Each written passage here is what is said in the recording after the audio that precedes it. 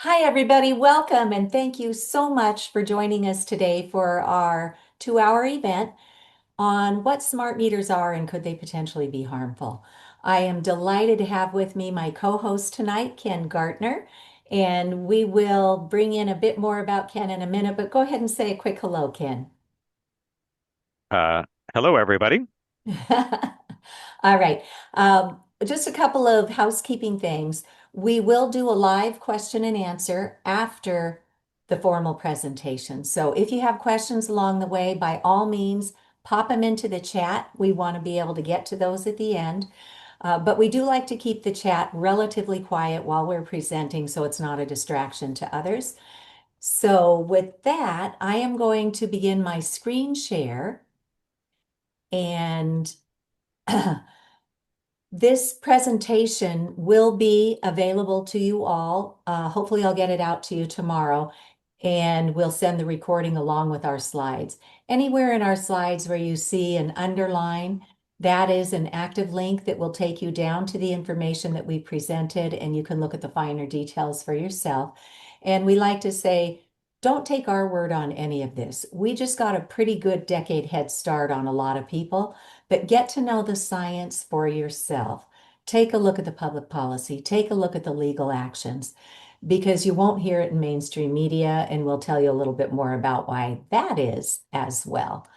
So, with that, I am going to, I think I'll go remove the spotlight. Actually, Ken, can you remove your spotlight now? And then when I bring you back in, we can re-spotlight you.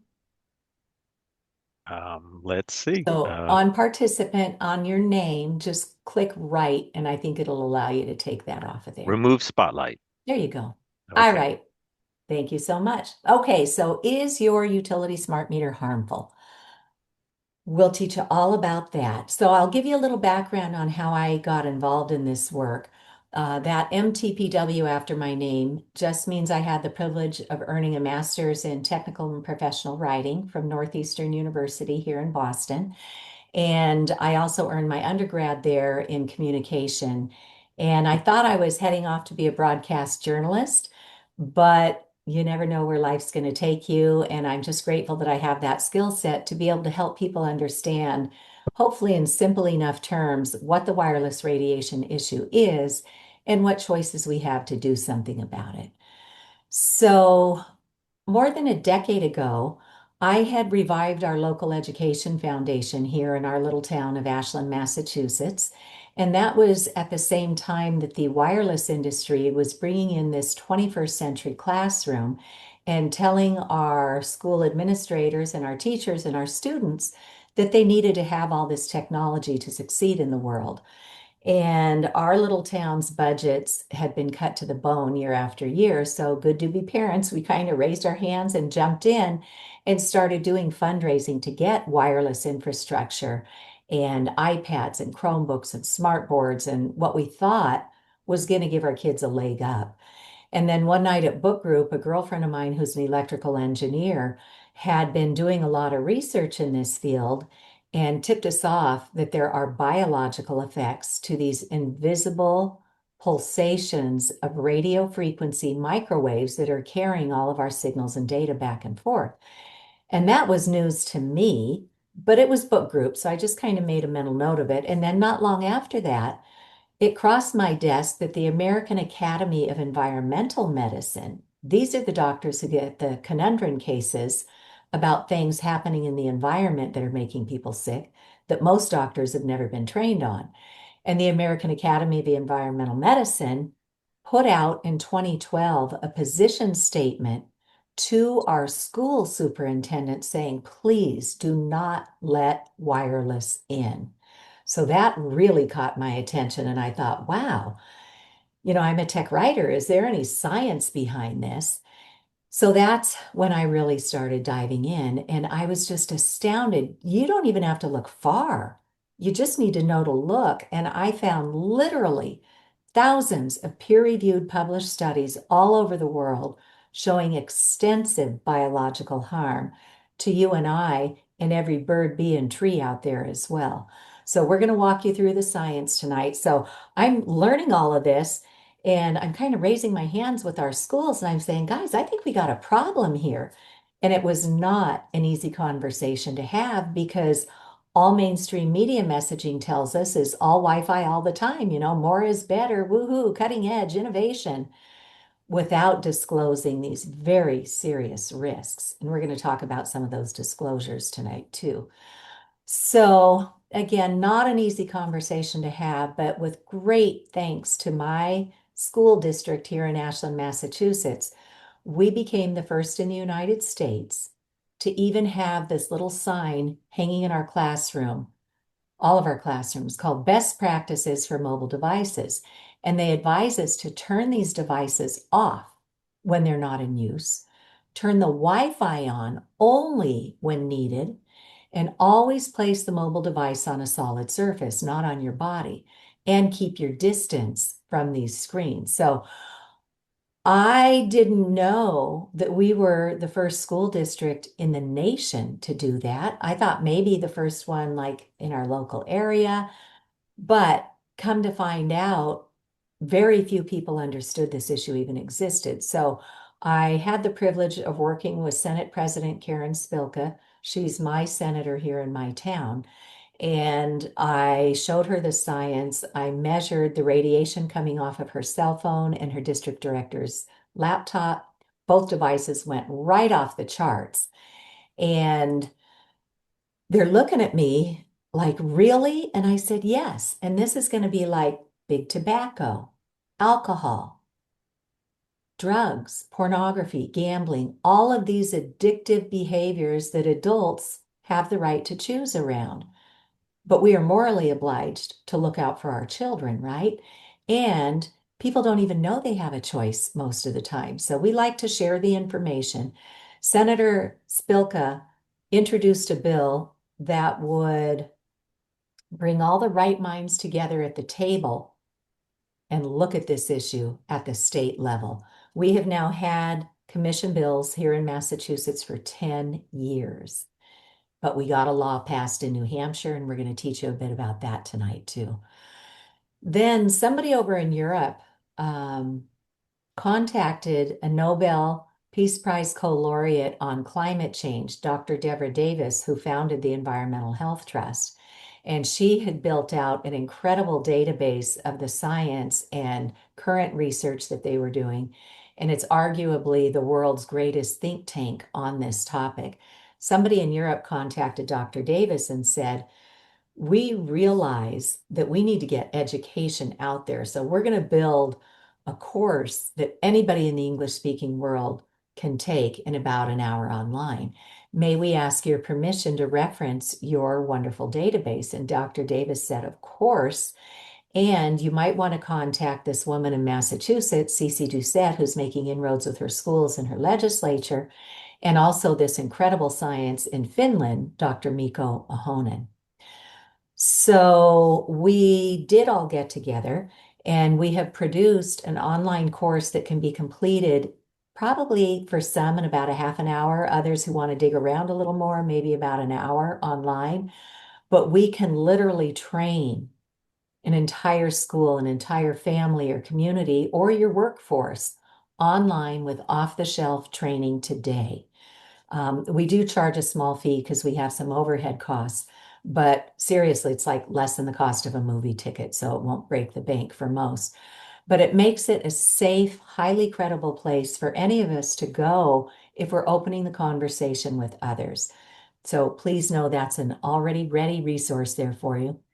And then Dr. Davis, the Nobel Peace Prize co-laureate, she brought a panel of world-leading experts to our state house right around that same time, and they wanted to support the right to know legislation. We all deserve the right to know that wireless came to market with no safety testing, and the science is now showing it is extraordinarily harmful. So when she brought that panel, which included the retired president of Microsoft Canada, who had done his research and figured out that our Federal Communications Commission's guidelines do not protect us, nor do Canada's Safety Code 6. So he, poor Frank Clegg, he should just be enjoying his cushy retirement after working in the industry for decades. But he is an incredible man, and he has founded Canadians for Safe Technology. So he's up there with others in Canada trying to do what we're doing here, raise awareness, inform people of the risks and the solutions, and get our governments to start protecting us. So Frank Clegg came and spoke at the State House. Dr. Deborah Davis came and spoke. Dr. Sharma from India, whose job in the Indian government was to recommend the guidelines for how much public radiation exposure there could be. Well, Dr. Sharma had done some of the studies that were showing harm, and India's public radiation exposure limits were way up high, like ours are still today. And at least on paper, India was able to bring it down 90%. So that shows with some political will, there is much that we can do if we find the courage to speak up and help to educate and stand up for what we think is right. So we had a standing room only event at the State House for Education. And that's when I first, I've been on my own little journey for 2 years. I didn't have anybody but myself to talk to about this. And I was still trying to sort out what it was I thought I knew. So it was so gratifying to go to our State House with world leading experts saying, this is real. This is very dangerous, and this is what we can do about it. So from there, from that standing room only crowd at the State House, I was able to connect with others across the Commonwealth of Massachusetts and elsewhere. And so we formed Massachusetts for Safe Technology. So we invite you to go out to our website, poke around, see what we've been doing at the state level, see what's happening on our news page at the local level, and we have resources, many of which you'll see today in our slides. But please know anything we do is there for you. Go look around, grab what you need, know your audience. If you want to have a conversation with somebody, know what might ring their bell. So we hope we've laid it out in a way that's going to be helpful for you. And then somebody down at the National Institutes of Health found my work and asked me to co-chair the technology panel for the Health in Buildings Roundtable Conference. And I was so honored, and I got to build out the panel. So I invited Frank Clegg from Microsoft Canada. He flew in from, on his own time and dime. I invited Dr. Martin Pall, Pall, who's one of the world's leading scientists on this. And I also invited Theodora Scorato, who's the executive director of the Environmental Health Trust that Dr. Davis founded. And she talked about what other countries are doing because we are way behind the eight ball here in the US. This is where industry lives. So they work really hard at keeping this out of the public domain. And then Peter Sullivan joined us on that panel. And I first found Peter's work on a webinar recording that I found. And he was telling his story. Now, Peter had been a fighter pilot, kind of like Top Gun for our military. And so he was exposed to the Earth's really high levels of natural electromagnetic fields, or EMFs, the natural energy up there, way up there in the plains. He was in a plane that had radar mounted on the outside, which is what this technology is. It's radio frequency microwave radiation that was developed by our militaries as a military weapon. And then he's inside this cockpit with all the instrumentation that's also using man-made radio frequency microwave radiation to transmit signal and information back down to the earth and back.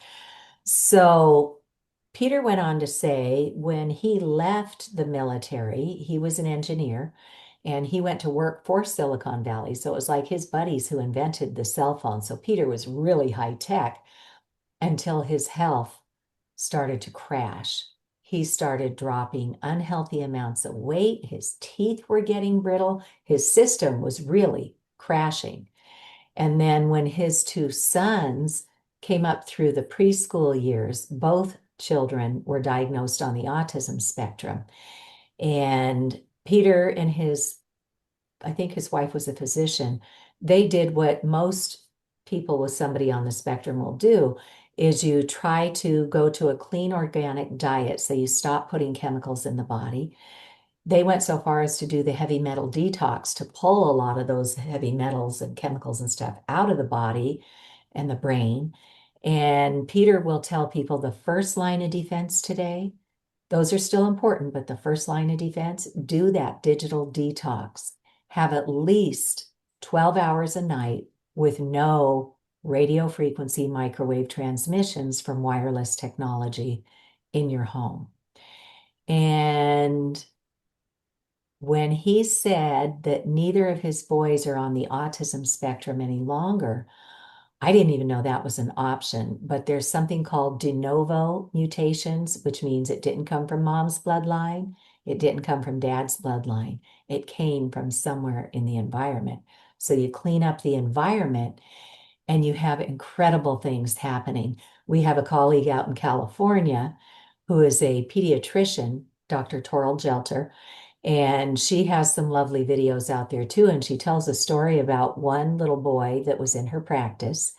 And she advises these families with children on the spectrum and communication disorders, do the digital detox. And within about 2 weeks, this little boy who had been nonverbal turned over and went, "Hey, mom, will you hand me the scissors or something?" And they were both like, "What?" The boy had never heard his voice outside of his own head. The mother had never heard his voice. And just by cleaning up the environment, we can make significant health inroads. We don't want to overpromise because we know that biologically, each one of us is constructed very differently. So we don't want to overpromise, but you may find that you will experience incredible health recoveries by addressing the wireless radiation in our environment. So I like to include this link for our Health and Buildings Roundtable Conference because we were all held to about, I think it was 8 to 10 minutes each in our talks. And so if you want a highly credible National Institutes of Health program to share with others, that's a good one. And then one of the major gaps we had when I fell down the rabbit hole, like back in 2012 and beyond, is that we could tell that people were starting to develop electromagnetic radiation syndrome. So just to walk you through some of the alphabet soup here, EMF stands for electromagnetic fields. And in the context that we're speaking about EMFs, we're focusing primarily on the radio frequency radiation pulsations that create these electromagnetic fields that permeate wherever we are. It's also called RF or radio frequency or RFR, radio frequency radiation or microwave radiation, but it's all this man-made energy that was never biologically safety tested before it came to market. So we are so very grateful that we now have an accredited EMF medical conference.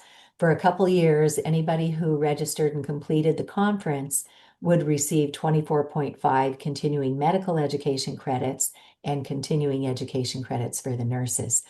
That period of accreditation expired in 2023, but our conference director, Elizabeth Kelly, has taken the entire conference, all the videos, all the trailers, all the discussion panels, and put them online at no cost. So your doctors, your nurses, your dentists, your physical therapists, your mental health care professionals, all the alternative health practitioners, anybody in the world can take this conference at no cost.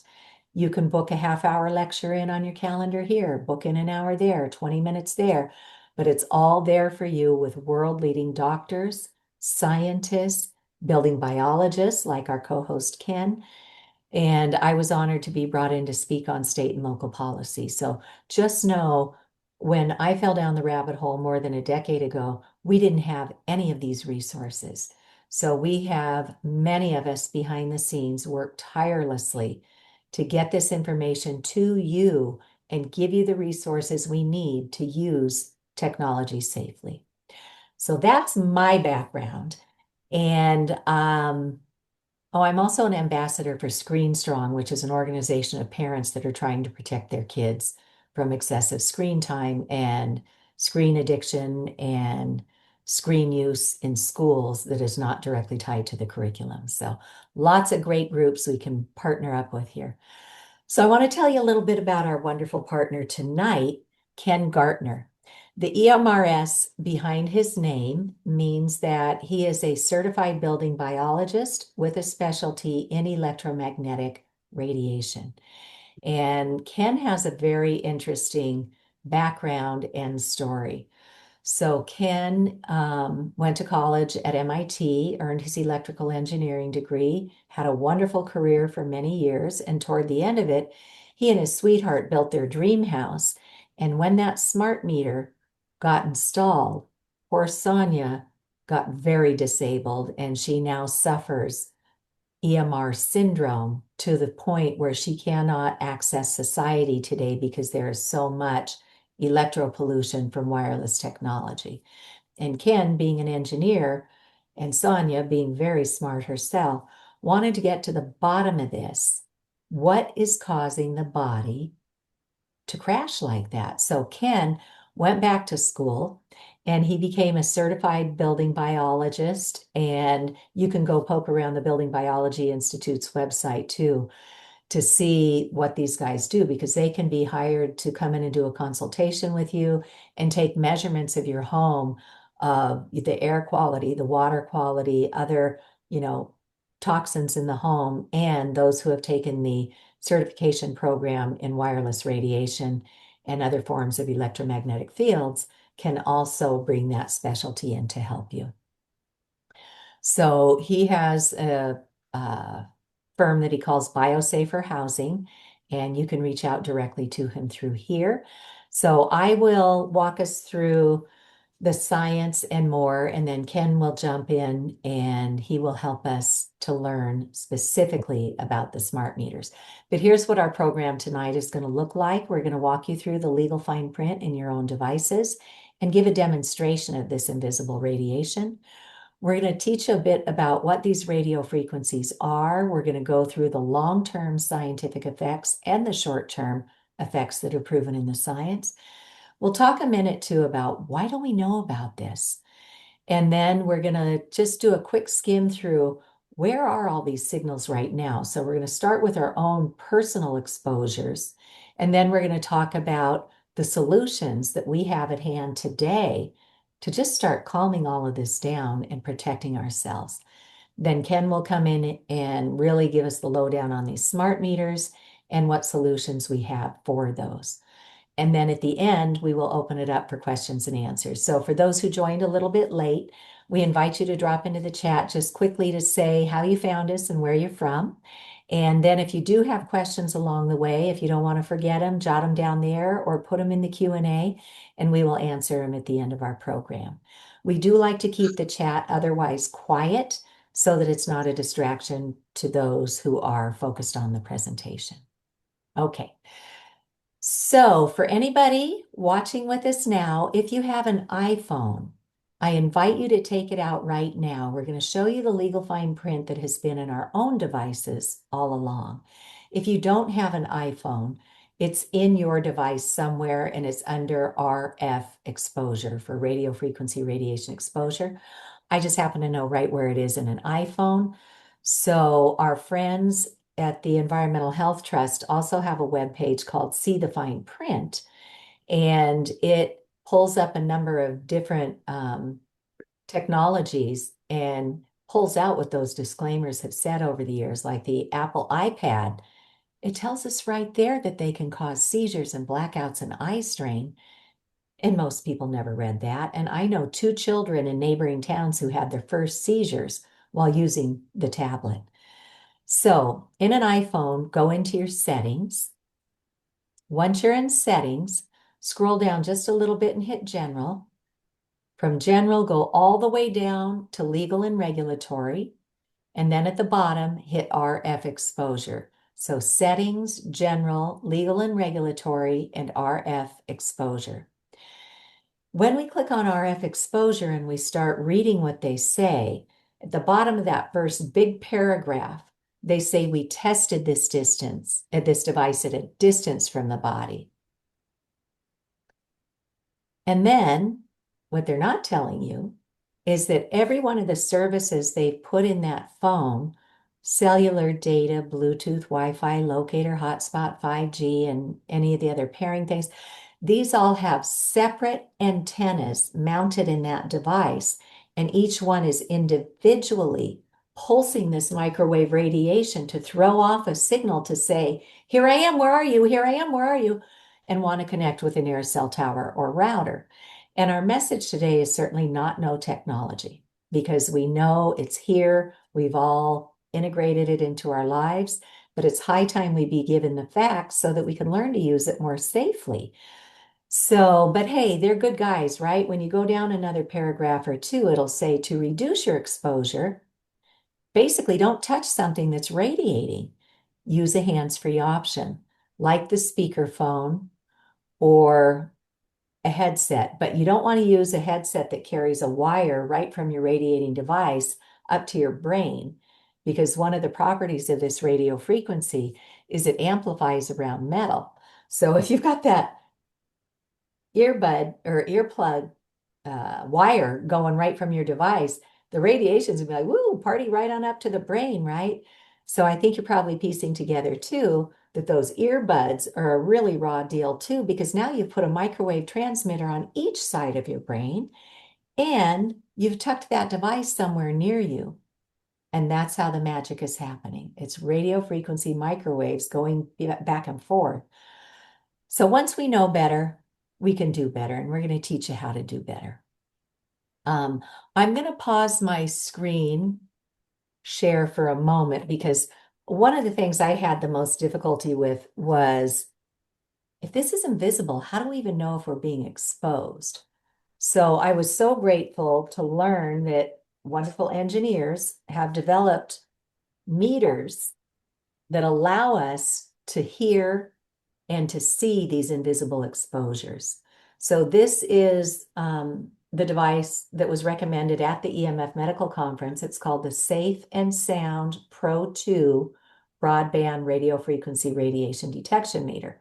And, you know, I didn't want to know this stuff. I didn't want to even hear that wireless was harmful, but I brought it into my schools and I brought it into my home. And so I finally stopped circling my tail and I said, okay, Cece, you're the mom. Step it up and protect your family and your community. So I was grateful to know that this device would help me to identify the radiation and see how it's green in my home.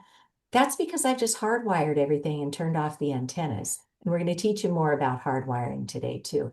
So right now in my home, the maximum of spike of radiation that's coming through, maybe from my neighbors, maybe from a couple of utility meters that are nearby, is 4. And in the scientific literature, they've given us a goal to be at 10 or less. And the unit of measurement is something called a microwatt per square meter. So basically in 3 feet of air, how much radiation are we getting? So we were at 4, and I'm going to take my old iPhone 7 out of airplane mode, which is how I leave it as a default. And I'm going to go active, and all the antennas are coming back online. And notice that we're in the flashing red right now. And I'm not even doing anything. These are just the antennas coming online and operating. And I'm gonna turn the audio off on this. Okay, sorry. Zoom sometimes cleans up the audio noise, so it might not have been audible to you, but it was screaming at me. So I'm going back in airplane mode. Come on. Okay, so that's not radiating me anymore. And we see that it dissipated through the air and then it went back down to the green, but it held on to the maximum spike of radiation that came through. We were at 4. We want to be under 10.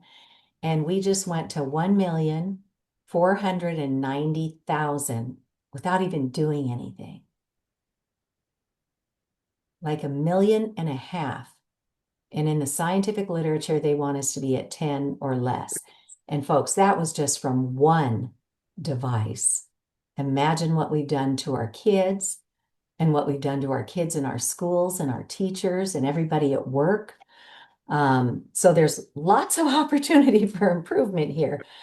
So I'm going to resume my screen share, but I wanted you to have kind of a visual on why we are taking this so very seriously. So, I became the first in the United States to get a radio frequency detection meter put on loan in my public library. And it was not an easy conversation to have. I put in an application for a grant with my Board of Select Persons, which is our form of local government. And I was denied because they didn't know anything about this. And then I reapplied 6 months later. And then they said, ooh, this is probably more of a Board of Health issue. And so I went and I spoke with our health agent, and he knew about cell towers, but he didn't know about wireless. Um, but we didn't have any protections in place. He reached out to the Massachusetts State Department of Public Health, and they said they were looking into this. Um, and then they denied my application for a meter. And then I went a third time. And by then, I had started introducing legislation at the State House and realized that I need to speak to people one-on-one to help them understand what this issue is. So I doubled back and I met with every member on our select board one by one. Some came to my house. I went to some of their houses. Some we met in local businesses. But one by one, I taught them what this is, and they were still nervous about it. I wanted 2 meters from that grant. I wanted to give one to the schools so they could start doing their data collection. And I wanted to put one on loan for our entire community in the library. And they were still a little nervous about this, but they said, well, we'll grant you money for one. It was a $400 grant, but you're going to have to go get approval from the library to put that in circulation. So then I had to go present to the library board of trustees. And I think there were 5 of them there that night. One gentleman just sat there with his arms folded, and you could see he had, you know, bogus written all over his forehead. But one of them said, I want to get that thing and I want to take it home and I want to see what's going on in my house. And another one said, regardless of how we feel personally, as a library, we are a conduit of information, and this would be a tool to help people gather information. So let's take a vote. And our library voted 4-1 to bring this meter into circulation in our community. And so I let some people know we did that, and then others started getting excited and started doing it. And mind you, we did this in 2016, long before the pandemic. Today, libraries are reinventing themselves because a lot of folks have turned to their technology to access books, so they may not come into the library anymore. So libraries are reinventing. They're doing all sorts of wonderful programming, and most of them have started a library of things collection. So in that Library of Things collection, we now have, ours is not the Safe and Sound Pro 2, it's an equivalent meter called the Acoustimeter, which was available in 2016 when I did this. Today, we would recommend the Safe and Sound Pro 2 because it has some additional features and it's still in that same price range of about $400. Most libraries will be able to afford that. Some might only be able to afford partial. So we encourage you to have that conversation with your library. We have materials you can share, and the Environmental Health Trust has a grant fund that they've been doing for the last year. It's going to expire at the end of November. But if a librarian contacts them, not you and I, but the librarian, if the librarian contacts them, they may still have some funding left to help them get one of these meters into circulation. So these are all positive things to teach ourselves that this, industry has conditioned us as soon as we open our mouths about something's wrong with wireless to go, oh, tinfoil hat conspiracy theorist, I don't have to listen to this, right? So there's just so much misinformation that's been put on out there. So let's get the tools, let's show people the fine print, and then show them the radiation. So what exactly are we talking about here? What is wireless radiation? And why should I care? What happened when we went from corded landline phones over to all this wireless personal technology. Well, let's look at it in terms of numbers with electromagnetic fields. There is a scientist named Schumann, and Schumann figured out that every 7.83 seconds, or hertz is 1 cycle per second, every 7.83 seconds, the Earth pulses this beautiful healing electromagnetic field that every living thing on the planet is meant to be synchronized to. That's kind of how we hummed along for a million years, right? And then we got so fancy with our mankind species here, and we started developing man-made energy. In the megahertz range, we are jackhammering ourselves with microwaves 1 million times per second. And now we're getting even fancier, and we're operating oftentimes in the gigahertz range, which means 1 billion times per second. We are pulsating ourselves with microwaves. How anybody can fit a billion of anything in 1 second, that's way beyond me.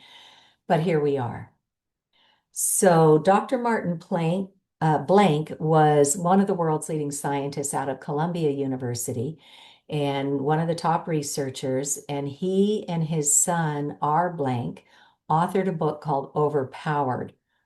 And in a word, that's what we have done to ourselves unwittingly. We have allowed this man-made radio frequency to permeate our society, and our biological cells and that of the environment are being overpowered. So that will walk you through a lot of the really great science. And then his son, R. Blank, has now come out with a follow-on book called Empowered. He has a company called Shield Your Body. He will tell you the first line of defense is to get rid of these exposures, but if you have to be out and about, they have certain credible products that can help you to reduce those exposures by shielding. But again, we can't kid ourselves. There is no safe level of man-made radiation in the scientific literature. So it's critically important that we remove every exposure we can and protect ourselves when we can't. So R. Blank has I think just this last month, published Empowered, and it's a good step-by-step toolkit for what do we do, right? Okay, so what are our wonderful scientists, and thank you to Dr. Hardell and others who are joining us today. What are the scientists trying to tell us? In the long term, we have identified child and adult cancers. Our own government completed a $30 million study over the course of 2 decades. And you think a couple decades back, right? That's when cell phones were the technology of the day, and we were running along at like second and third generation or 2G and 3G microwaves. And they went in expecting to find that, of course, this must be fine because it's out there and we're all using it. But instead, what they found is clear evidence of cancerous tumors and DNA damage. Now, DNA is our roadmap to grow a proper anything, from a human to a pollinator to a tree to a biome to bacteria. And we're messing with it. So industry will get a hold of one of these really well done studies, and they'll say, that's just one study. You need to have more than one study. Well, right on the heels of us doing this cell phone study, the Ramazzini Institute in Italy completed another multi-million-dollar study on cell tower base stations. And guess what they found? Cancerous tumors and DNA damage and the other findings that we found from the cell phone. So the World Health Organization acknowledged back in 2011 that it doesn't matter where these frequencies are coming from. It's all doing the same stuff. So because in 2011 we were missing the rodent studies, they had classified radio frequency radiation as a group 2B possible human carcinogen.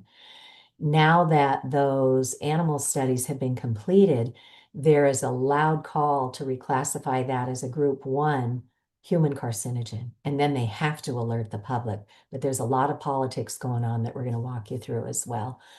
So there has been a study that came out in 2025 that was partially funded by the World Health Organization that indicates that there is high certainty that yes, this does cause cancer and DNA damage. And it was the infertility studies that got me on my feet. And there was just a new study that came out this week.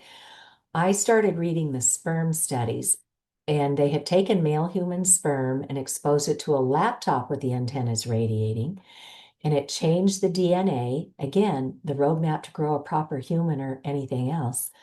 It slowed the motility of the sperm, and it caused far fewer sperm to be viable, or what our doctors and scientists would call apoptosis or programmed cell death, in just 4 hours of exposure to that laptop. And I went, you have got to be kidding me. I had just sent my oldest daughter up to college with her MacBook. My youngest had just gone into high school, and we thought we'd give her a leg up. So at Christmas, we gave her a laptop. And where were both of my girls using their devices, but right on top of their reproductive organs. And Kaiser Permanente has done another really good study on higher miscarriage rates when women are using wireless components. So the science is very strong. And it was those infertility studies that got me on my feet and motivated to try and help others learn about this and see what we can do about it. Neurotoxicity.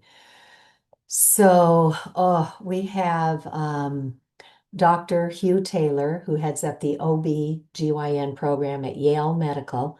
He has done some of the rodent studies, and they discovered when they exposed these pregnant mice to a cell phone for a certain number of hours a day, off and on, these pups came out of the mama and started exhibiting behaviors much like a child with attention deficit or hyperactivity disorder, bouncing off the walls of the cage, no focus, no concentration, not a care in the world. And they are sounding the alarm that we are damaging our children. Dr. Martha Herbert founded the Autism Lab at Massachusetts General Hospital. She's a Harvard pediatric neurologist, now retired, but still working on this in her own time. And she sees huge connections between what we know happens with microwave radiation exposures and what she is seeing in the families in her care. We also have Dr. Martin Pall, who culled the research from earlier scientists like Pal Patcher and others who were talking about Alzheimer's. Now, it used to be that Alzheimer's would hit in our 90s, in our 80s maybe, and then we started seeing it in our 70s and our 60s. Whoa, our 50s, our 40s, our 30s, and even today, some cases in our 20s. As Dr. Martin Blank says, we cannot continue to pollute the environment of the brain and expect that we're going to have the outcomes we once had. So we have the science, and one of the issues we have is that industry is so successful at keeping this out of the mainstream that we are so extraordinarily grateful when well-known groups figure this out, get funding to cover it, and start doing something about it. One of those groups that, as a mother, I really appreciated is the Environmental Working Group. And I knew of EWG's work because every year they put out the Clean 15 and the Dirty Dozen lists on pesticides. What foods that were grown commercially can you still probably eat and do okay with? That's the Clean 15. And then there's the Dirty Dozen that you better not be eating these if you want to avoid chemicals. Look for organics. So EWG got funding to put a PhD on staff, and they have come out with a number of fact sheets that are really good. And they also do lobbying up in DC to try and protect us. But this one is about protecting kids from wireless at home and in our schools. And this one is about the effects of radio frequency radiation on our nervous system, our brain, our central nervous system. So know your audience. If you want to open this conversation, think about where they would find credibility, and we hope you'll find those resources to start your own investigation here. We need to take a moment to appreciate that children are not little adults. Their very central nervous system, their immune system their skull, everything is still under construction. So with great thanks to Dr. Om Gandhi and his colleagues, we have some modeling here. When an adult with a fully formed skull puts a cell phone up to the ear, these heads are turned sideways and the little yellow dot is the ear. We're getting microwaved about a third of the way into our brain. When you do this to a 10-year-old child, we are microwaving about two-thirds of that brain. And on a 5-year-old child, we are microwaving almost the entire content of that brain. It has a higher water content in a child, and it also has a thinner skull. So we know the mechanisms, but we need to get word out. So these are some of the long-term scientific findings. Some of these short-term effects you may well recognize. Um, and it's important to know that with great thanks to Elizabeth Kelly and others, many years ago, our own government, through the Americans with Disabilities Act, began to recognize electromagnetic radiation syndrome, or what today is now being called EMR syndrome. So we've known about it, but we've not done anything about it. But the good news is after one of our training webinars like this, people will come back and say, Cece, I did not want to know about this. You know, I lived my life on all this stuff, but I took your advice and I started by creating a sleep sanctuary. Turn everything off at night or put it in full airplane mode with airplane mode on, Wi-Fi and Bluetooth off. And you can still use whatever's on your device, your clock, your alarm, your camera, anything you've downloaded is there for you to enjoy. And you don't need to be sending signal back and forth once it's on your device. So create that sleep sanctuary and see what happens, because scientifically we know, and again, industry for years got away with this by saying, oh, there's no mechanism of harm identified in the scientific literature. Let's just keep doing what we're doing. But now we know what's going on with cancer. We know what's going on with infertility. We know what's going on with neurotoxicity. And here's what's going on with insomnia. You and I are beings of light. We operate off of our circadian rhythm, which is a 24-hour clock that operates each organ on a reset in those 24 hours at a different time. In the wee hours of darkness, the pineal gland in the brain is meant to release melatonin. Melatonin goes in and regulates our sleep and helps the body to clean up and detox from the day's daily toxins. What the brain cannot do is to distinguish between man-made microwave radio frequency light energy and natural daylight. So if we leave these pulsations of microwaves going all day and all night, our brain's over there going, hey, when's it going to get dark so I can release that melatonin? So with a very simple first step of creating a sleep sanctuary, time and again, people come back and say, oh my gosh, I slept through the night for the first time in years. Or my children's behavior issues completely calmed down, and they're sleeping through the night too, by the way. So we know what's going on with insomnia. And then there's headaches, nosebleeds, and ear bleeds for some, chronic fatigue, pain from unidentified sources. Here's another mechanism of harm that we've identified. And with a shout out to our colleague, Dr. Magda Habas, Professor Emeritus from Trent University up in Canada, she has physiologically looked under a microscope to see what happens to our red blood cells when we expose them to man-made radiation. So our red blood cells are meant to look like these nice, round, smooth, round or oval units. And when you microwave them for a few minutes and then look underneath, they start looking like bottle caps. So they're like, there's suffering in there. And then because it's an electromagnetic field, they start glomming together and forming a chain. Now, this is called rouleau formation. In my little brain, that sounds an awful lot like Rolos, you know, the chocolate caramels that come in a stack. Well, it's not too different. Now we've stacked up our red blood cells, and they're meant to bring oxygen to all of our systems and organs. And now we've got them stuck in a chain like this, and they can't get to where they need to go to bring the oxygen. And as our doctors will tell us today, at the root cause of almost all chronic illnesses is oxidative stress. But how beautiful that we have a choice in what we do with our technology and that we can fix some of this all by ourselves at no cost. And then there's the skin abnormalities. Some people will talk about the hot ear, right? They'll talk about heating, flushing, rashes. And what we know scientifically is pretty much all the critters here on Earth, and we're just one of them, we have these navigation systems built into us. The birds might have, magnetite in their beaks. The bees and the insects are symbiotically in sync with the Earth's EMFs. We have little antennas in the surface of our skin, and they tell us, hey, dude, it's getting a little too cold. You better go bundle up. Or, hey, it's too hot. You better cool down before, go hypothermic or get heat stroke or something here. So we have these little antennas in the surface of our skin, and they are disrupted by these man-made frequencies. And we've heard industry spin it like, oh, 5G is fine. It's great. It only goes skin deep. Well, hello. Our skin is connected to every organ in our body. So if we're damaging our skin, it's going way deeper than skin deep. And then irregular heartbeats, cognitive impairment. So again, we are bioelectrical beings.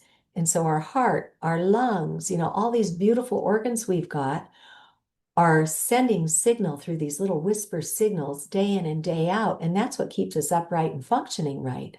When we overpower all of our functionality with this man-made radiation, a lot of people start having heart palpitations, arrhythmias. Some will describe it like, oh my God, it feels like somebody's sitting on my chest. I can't breathe.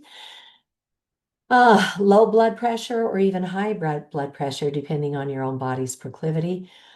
So if we clean up the environment, folks, a lot of this resolves.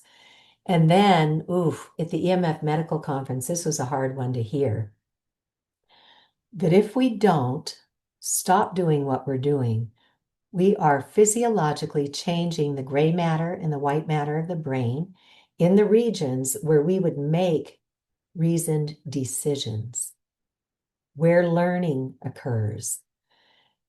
And at the EMF medical conference, they said, if we don't get ahead of this, we can expect to see many more of these societal outbursts like we see with the mass shootings.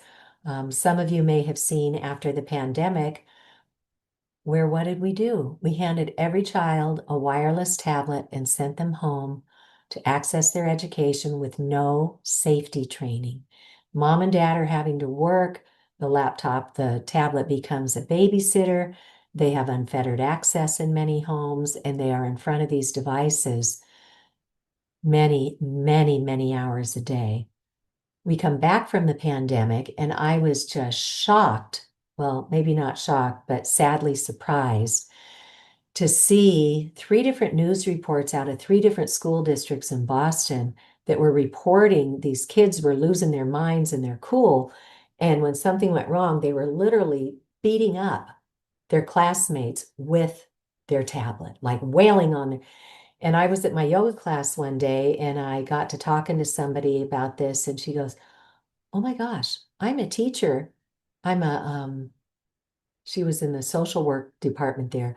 And she said, one of my colleagues is out on disability right now because one of the boys beat her up with a tablet. So this is not if this is going to happen, folks. This is happening. We just need to connect the dots that this is an environmental exposure that is playing a key factor, and we can do something about it. So anxiety, depression, and suicidal ideation were already at epidemic levels before the pandemic. So if you want to hear individual stories and maybe see, gee, is some of what I'm going through, maybe what this is, we did a World EMRS Day symposium where we had about 20 people who have become ill from these man-made frequencies tell us their story. And we held everybody to like 2 minutes, so they're really quick. And it's a wonderful way to get a real life perspective on what this technology is doing to us. But again, the science is strong. Here's one on microwave frequency electromagnetic fields produce widespread neuropsychiatric effects, including depression and anxiety and all of that. So the science is there, and you can get to it on our slides that we're going to send you. So my big head scratcher is if this is as bad as little me can figure out by reading the science, surely somebody's got to have our backs on this, right? And then in 2015, Harvard Law School Center for Ethics came out with this incredible 59-page report that is still available online at Harvard at no cost, called Captured Agency: How the Federal Communications Commission is Dominated by the Industries it presumably regulates. So when you look at the FCC commissioners and chairpersons that we've had over the recent years, they all come from industry. And so you notice they put a revolving door as the graphic on their report. And that's what many of our federal agencies have become, is a mouthpiece for industry rather than protecting public and public safety. We also have evidence that the gentleman who should have taken that $30 million study that we did at the National Institutes of Health that found clear evidence of cancers and DNA damage, it was the FDA 20 years ago that commissioned that study. And in more recent years, Dr. Jeffrey Shuren was in charge of the radiation control at the FDA.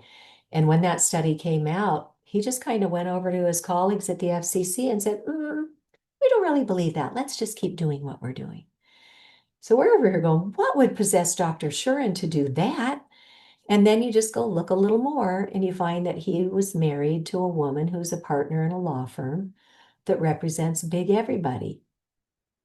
Big Wi-Fi, big tech, big pharma, big agri, big food. So these conflicts of interest go all over the place, and sadly, all the way up to the World Health Organization and beyond. So because of the recent science and some pressure that's been put on them, the World Health Organization reopened their investigation. But unfortunately, there's two groups that work on radio frequency at the WHO. One had in the past been qualified scientists and doctors whose life's work is studying the biological effects. And the other group is pretty much self-appointed industry people. And it looks like the latter has gotten a hold of these studies. But there are those who are trying to hold them to account. So there's always hope. But just know there's no cavalry coming right now. We have to learn about this if we care about ourselves, our family, our community, and our environment. There's no cavalry coming, but there are a lot of terrific inroads happening today. So one thing we can all do is start becoming aware of what our personal choices are. Yes, we've been told we need to have all this stuff. Yes, it's convenient, but just start noticing. 5G and the Internet of Things. The industry is telling us that we're all going to have 200 wirelessly connected devices in our homes for 5G and the Internet of Things. Woohoo! But that means 200 things separately pulsating this radiation, and I'd be willing to bet that each one of those devices has multiple antennas in it that are separately pulsing this radiation.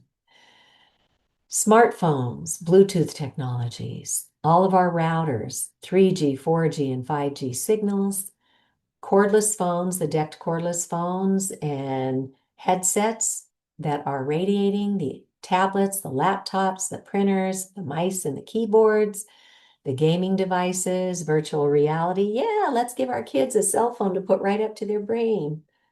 Not such a great idea.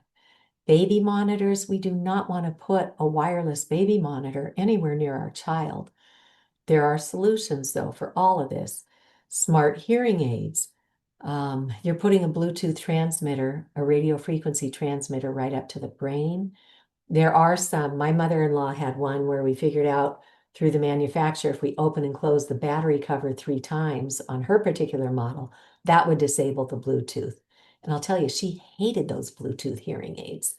Um, so it's crept into most corners of our lives. So we need to step up and stand up and say, well, let's find a better solution, right? What better solution already exists?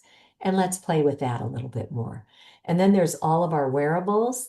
Um, if you were to go out into the Fitbit community website, I did so a few years ago, and there were these elite athletes talking about heart problems they were having. And one gentleman wrote that his heart was doing really scary things, and then his Fitbit broke, and then his heart resumed normal activity. And a couple weeks later, he got his new Fitbit and he put that on, and that's where he made the connection that that was disrupting his heart. So it may show up in many different ways depending on your own body. So the message is not no technology, it's safe technology. Put everything on that wearable in airplane mode, and everything that's on it, your clock, your alarms, your cameras, whatever, anything that's already been downloaded for apps, they're there to enjoy, although it's not great on our eyes to be looking at these dinky little screens. So there are solutions, but start becoming aware of what you've allowed unwittingly into your life. And here's what you do to fix the signals in your house. On the back of your router, there are Ethernet ports. Just plug in a big long cable to one of them, run it to where you use most of your technology, and then you can get an Ethernet switch, which you can think of as like an extension cord for your electronics. And then just get little cables for each one of your devices, figure out which adapter you need, plug it into your device. Do the same thing with your laptops or your gaming systems. Any gamer will tell you that a hardwired connection like this is far better than anything wireless will provide, because as soon as we send a wireless signal, it buckshots and starts to degrade. You run it through a high quality cable and your signal is far more reliable. It's faster. It's using 10 times less energy than wireless systems.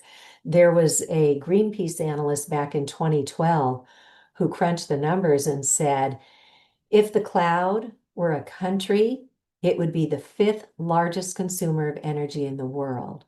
And that was in 2012. So there's a lot of talk today about what is AI doing, because it is going to be a huge energy hog. So just because we can, again, doesn't mean we should. So running the cables and connecting your devices is the first step. Then you just need to go into the settings of each one and turn off every one of the antennas. And keep an eye on them, because sometimes I know with some of the Apple products, they'll pop back on after 24 hours. So just make sure that you've disabled the antennas. And then it's critically important to get a hold of a meter. And this Safe and Sound Pro 2, we demonstrated at the beginning of this program. So if folks were late, you can watch that in the recording that I'll be sending out. But you have to measure, because there are sneaky little antennas tucked into things that you would never guess. I thought I had my printer antennas turned off until one day I was sitting in here going, why do I feel so tapped out? I slept pretty well. I ate a clean organic breakfast, and all of a sudden it felt like the earth was just sucking me back down again. So I turned on my meter and I waved it around, and lo and behold, my printer sent it into the screaming red zone. And although the little glow light for Wi-Fi wasn't on the face panel, it was still radiating. So I just went online and pulled up the manual, and I found out, oh, there's three antennas in my printer. And I had only accounted for one after my daughter had been home and needed to use the printer wirelessly. She didn't know that she didn't turn it off fully. So it's important to measure, or you might have a false sense of security. Okay, so those are all things that you and I may have direct control over. Now we need to look at the community level electropollution. We started with macro cell towers 300 feet up in the air, way far away in industrial parks. And then industry had their way, and legally, if they could make it so they blend in with the environment, then they could legally put them up kind of, sort of wherever they want, right? So those macro cell antennas, those great big ones, started encroaching and coming closer and closer to where we live, where we work, where we go to school, where we go for medical help, where we recreate, where, worship, all of it. So they're everywhere now. And then all that was left to monetize. So every time new technologies brought to market, they're going to need more capacity to handle what was already in the market and now this new stuff. So they need more capacity. All that was left to monetize on the microwave or EMF spectrum were these tiny little millimeter waves. Right now, 3G and 4G and their predecessors use these longer waves that can penetrate inside of a building. And those have pretty much been maxed out. All that's left are these tiny little millimeter waves. So the industry has spun up 5G as, oh, smart cities, super highways, screaming fast downloads, right? Get y'all lathered up and thinking, wow, isn't technology great? But what they're not telling you is in order for 5G to fly, one, it still needs the backbone of 3G and 4G. So those other antennas aren't going away right now. And two, this is an added on technology. And three, in order for 5G to fly, it can't go for miles like the macro cells can. They need to put a 5G small cell panel of transmitters right where you are, right where your 5G devices are. So literally, people are waking up and seeing industry out there putting up a small cell antenna at bedroom height right outside their bedroom window in our public access way, which should never be allowed. So right now, this is what some of them look like, these little thimble looking things up on poles. Sometimes they're strapped to wires, sometimes they're under manhole covers. But 5G is a bad, bad deal for our communities and our environment. And now they're launching thousands of satellites up in the sky to cover the entire planet with microwave radiation that's going to beamform down to wherever we have these antennas and devices. And then in our schools, we have wireless access points whereby, hang on, somebody's knocking at my door. I really apologize.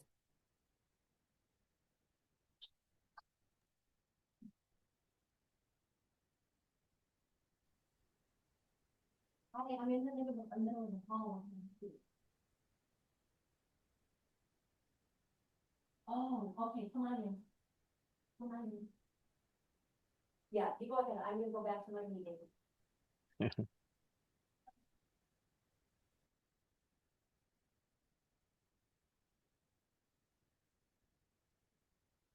Thank you for your patience. I apologize for that. So these wireless access points, industry has convinced our schools and our businesses that they need to be everywhere, like one in every classroom, and they are very biologically hazardous and they are overkill. I interviewed a technologist in Ireland, and he said you could power a whole school with two or three, and you strategically locate them so they're nowhere near the classrooms or the children. So these have been thrust upon us as well. And what Ken is going to speak to us about today in depth is these utility smart meters.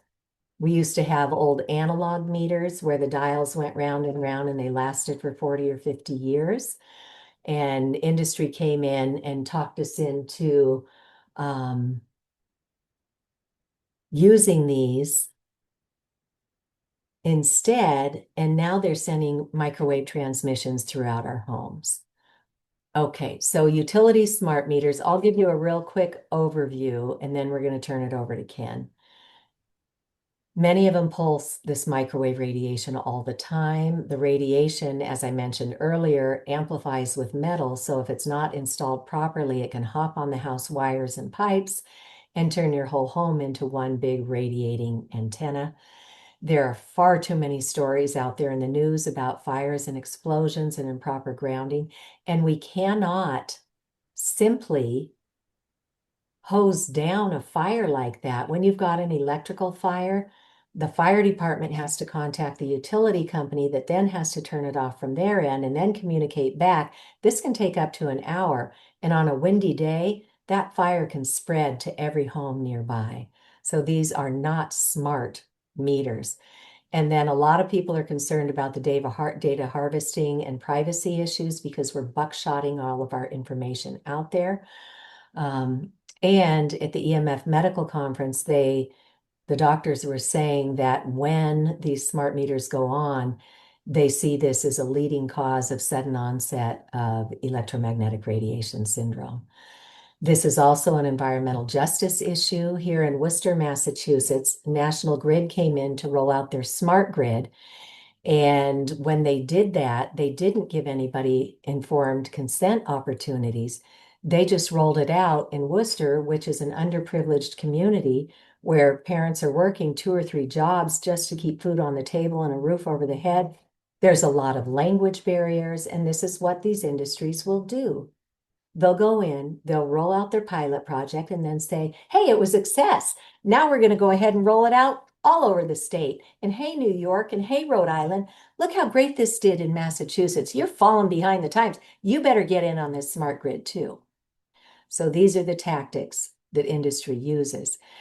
And I give you a TEDx talk from Jeremy Johnson. He was a Silicon Valley engineer. He and his medical doctor wife both got really sick really suddenly, didn't know what was going on. Nothing in her training prepared her for this. When they got to the bottom of it, it was when they put a bank of smart meters on their condo. So he does an excellent TED talk that's been viewed by more than 1 million people. Dr. Alexia McKnight is a veterinarian radiologist, so she works with radiation for her entire career. She had no idea about these smart meters or low-level, non-ionizing, non-thermal radiation that all of our wireless uses. Lexi got so sick from this that she was out in traffic one day with her daughter in the car and could not remember if that light meant stop or go. Thankfully, she made a 50-50 guess in the right one and she got her and her daughter home safely, but she also did a TED talk on this that you're welcome to watch. Okay, so I am going to see if we can, I'm going to stop sharing just for a moment so we can go back and we're going to spotlight Ken Gartner now. And Ken is going to come on and give us his expert insights on what this smart meter technology is and what we can do about it. And then I'll come back and talk about some of the political stuff that's going on. So I'll take Thanks. myself Thanks, off of the Cece. spotlight. Ken, always so nice to see that smile. All Oh. right, it's good. It's good to have something to smile about. You're a tough act to follow. Excellent as always. You don't Um, fool me. I've interviewed you before. I know what's coming. Okay, um, so I so have. you'll see that where I am, it's a little dark. Cece had mentioned we have a member of the household who's electromagnetically oversensitized, and we turn all the power off in the house about 20 hours per day. So I'm running off battery for the internet, my computers, and the lighting for this. So there's a fair bit of wires for life, but it's what you got to do. Cece has mentioned that the living safely with technology, it's not something that we were taught properly. Our parents didn't know, our teachers didn't know, and gosh darn it, we're not teaching our own kids properly because we don't know it, and we got to break the cycle. Mhm. So both Cece and I are informed, and we're curating the internet for you, but we're not lawyers. We're not giving lawyerly advice. We're not giving medical advice, but we're talking about a lot of things that are legal, ethical, and medical. And so just distinguish the information you hear from actual, binding advice. So with that said, um, Cece, could you hit a tab, get us some content on the screen. Mhm. So you could tab through the whole thing. So I think I can walk through it. So how do we know that smart meters are harmful?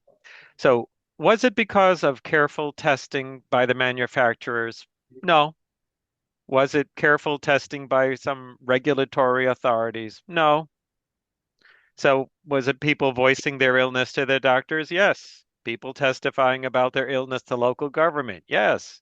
people responding to surveys with supporting details that really show that smart meters are involved. Yes. And researchers identifying harmful aspects of some meters once they put them through some paces. Yes. So anecdotal information runs fairly high in this space. Um, it's difficult if you don't change only one variable at a time to really ascribe a change to that variable.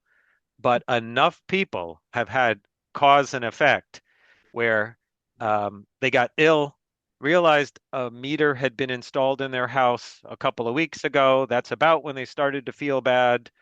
And then they convinced someone to take the meter off their house, and they kind of started to feel better. But then somebody put the meter back on their house because we can't have nice things. Mm. And so this cause and effect. Enough people have pointed the finger that smart meters are a different beast. We have a lot of radio frequency broadcasting devices in our lives, Wi-Fi routers and printers and all the stuff that Cece talked about. But there's something particularly pernicious about smart meters. Uh, we don't have all the answers on this. Um, and in fact, every smart meter that's been deployed has gone out without testing before it was sent out, and it is not under testing right now. And that's a generalization you can apply to pretty much everything that we see in Massachusetts. It's a wing and a prayer. Um, we will say that things are okay if they meet some FCC exposure guideline with no further thought on the matter. And this is the problem. So when we have smart meters, they emanate signals. And in the United States, all of the signals that are used by broadcasting meters will be between 900 and 930 megahertz. So it's an open band that doesn't require licensing. So that's why it's heavily used. It's low enough in frequency that it has some strong penetration. It can get out and a distance. Typically, a smart meter is broadcasting easily 300 or 400 yards. Um, so you wonder what's the purpose of it. It's generally to send a signal from your house to some part of the utilities infrastructure and have it wend its way over to the central clearinghouse where that gets aggregated in some important way. So I want to explain this spectrum analysis. This is what typically we'll do when we go to someone's house just to see what the impact is of smart meters. Um, we will see that I have three different traces in different colors. One is magenta, one is yellow, and one is green. The most important for us to look at is the magenta. These are the spikes of energy, the maximums that were found. And as compared with the yellow baseline, these magenta signals are 1,000, 10,000 times stronger. So they're strong, impulsive, thwacks that are all they're doing is sending your consumption information. It basically says uh, consumer ABC has used 1,300 units of energy as of this time, and it's a relatively small consumption packet. It's sent to the winds, and it's expected to be picked up by other smart meters or other smart meter infrastructure. So in the bottom of this graph, there's a blue area, and this is the historical over the last 10 seconds.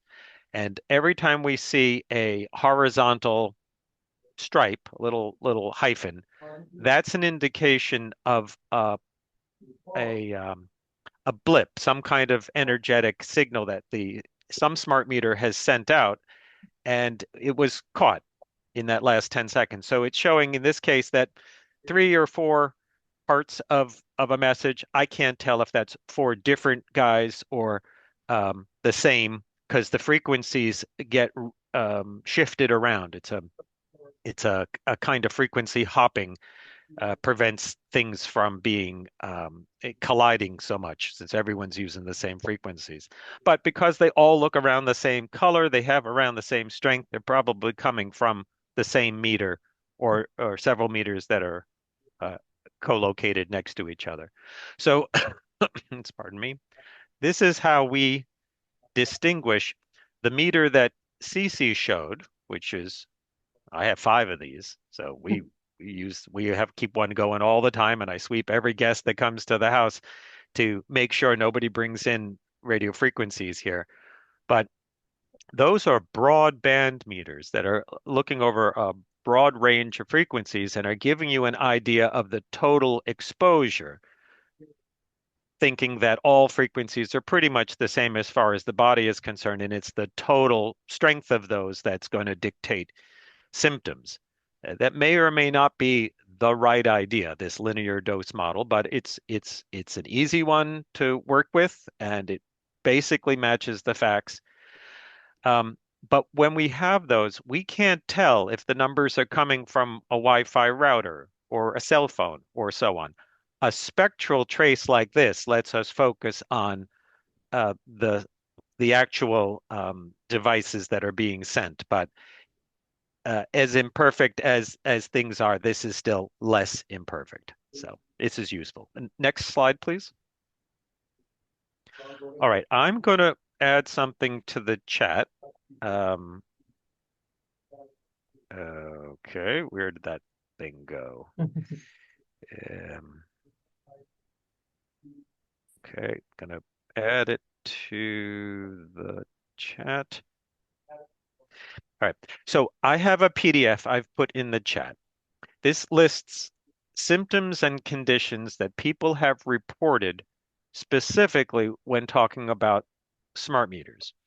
Uh, I came to this list by reading about nearly 500 testimonials from people over the last, say, 10 or 15 years, where they told their story in paragraph form and I extracted out the various symptoms that were reported, the conditions people say were worsened in their health. And I've put that into a one-page checklist so that people could potentially monitor in their house symptoms, clusters of symptoms, and maybe correlate that with the onset of a device being installed. This is important because the quicker you can decide that that is your situation, the quicker you can decide how much effort you want to put into solving that problem. Because these things aren't necessarily free. Could you just back up one slide? I wanted to go over the top 20. So the top 20 are, as reported in a very well organized survey from around the 2012 time period. So I highlight these. This list is very similar to the list that CC showed earlier, but it deviates in some ways. Like for example, leg cramps in bed, or some of the head pressure, piercing pain, tinnitus, the ringing, whining, buzzing in the ears. That's very common from smart meter exposure. All right, next slide, please. All right, so could we tab through? So there are four kinds of side effects of such meters, and in order of the ones that are the most injurious or most frequently cited, the number one is going to be those that emanate radio frequency pulses, uh, and sometimes many, many thousands of times per day, but sometimes only a couple of times per day. Uh, it really matters. A few times a day will have almost no effect, except if a person is truly oversensitized and they're in a world of hurt in life generally. But in the preventive, normal coexistence, if you have a meter that emanates only a few times per day or per month, it's so much better than the ones that do tens of thousands per day. So water, gas, and electric. Uh, And actually, I've seen propane. People have put on ways to tell if a tank is empty. These these are the most common ones that will be deployed, and they have radio frequency more often than not. Um, as mentioned earlier, that electronic devices, specifically the electrical meter, um, has a kind of conducted emissions where the buzz of the internal power supply conversion that is used to run the meter, that can get impressed on the house's wiring in what we call dirty electricity. It's kind of an electromagnetic interference, these lower frequencies that are on all the wires of your house. Um, Basically because these devices are poorly engineered. Not put a fine point on it, that a properly engineered device will not create electrical noise in the rest of the wires it's connected to. But in the save a buck here, there are a lot of trade-offs made, and so many people are in so much pain for want of a $5 part. So it's a crime against all of humanity that these things are poorly engineered and yet they are pervasive.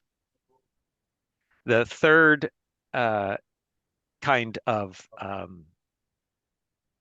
demerit in terms of health exposure is something that's called power line communication or broadband over power lines. This is not frequently seen, although my understanding is that Unitil up in northern Massachusetts does employ that.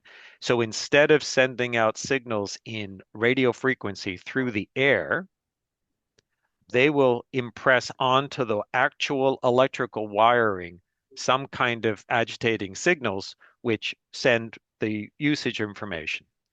In some ways, this is better because it's not producing a lot of um, airborne noise at radio frequency. However, some people are particularly bothered by that, and they're typically at a frequency that is very hard to block as it enters into the house. So it's an intentional, not an accidental noise. It's built in, and um, it is in all of our discussions. We typically never talk about that implementation. In other parts of the country, that's more frequently used, and people will be complaining quite a bit about it. So here in Massachusetts, it's mostly radio frequency. The fourth kind of demerit health-wise that I've heard reported is an audio hum, a buzz, a vibration that some of the components, some of the capacitors that under some circumstances of normal deployment will vibrate, and depending how they're mounted on the house, may cause the house to vibrate. And it may be at a frequency that is not really audible. It may be subsonic, it may be above our hearing, but it's a vibration that introduces just an unpleasant feeling and side effects, especially for some people. Could we move to the next, please? All right. So um, we cannot generalize about smart meters. Smart meters, there are many different kinds, and they have different features. And the features themselves are what's the problem, not inherent to this. So let's do a little bit of a history lesson. As Cece mentioned, originally meters were analog devices. They had a very clear way to measure usage, um, and they needed eyeballs to read them. So a meter reader would come into your house or look to the outside of your house, read the meter, bring it back. This wasn't good for any of a number of reasons. If you had meters inside the house, then there had to be a visit scheduled. And if the meters were outside the house and you had dogs, it was all stressful for everyone involved. So around 25 years ago, a little a little green board was added to the interior of the analog meters, And that it was a broadcast board that would sit there very quietly until a meter reader truck effectively came by. It listened for a particular signal, and upon receiving that signal, would then yell out, "This is how much usage information is there," as the guy drove through the neighborhood. Um, the power company liked it, or the utility companies, because they could downsize their staff significantly and have only a few people handle all of this. And effectively, nobody was complaining about themselves having health issues in this scenario. You might call that the best of all possible worlds. It sort of addressed everyone's need. But um, but there were lost opportunities, and the meter reader truck version that I just described is was known as AMR, automated meter reading. Basically, made it simpler to get the information you needed. So AMR is the more simplistic version, only went off a couple of times per month when some truck drove by. But there were demerits in that system, and some of which are actual real demerits. For example, when a house i- electricity goes out, it's nice to know for the power companies that are repairing the lines which houses are still without power and which have power. You can't have that if you're unless you have something broadcasting more frequently. So there were some compelling reasons to invent something called AMI, an advanced metering infrastructure. And this is the one that's rather injurious to people's health. So how this is typically done is that the utility sets up some infrastructure.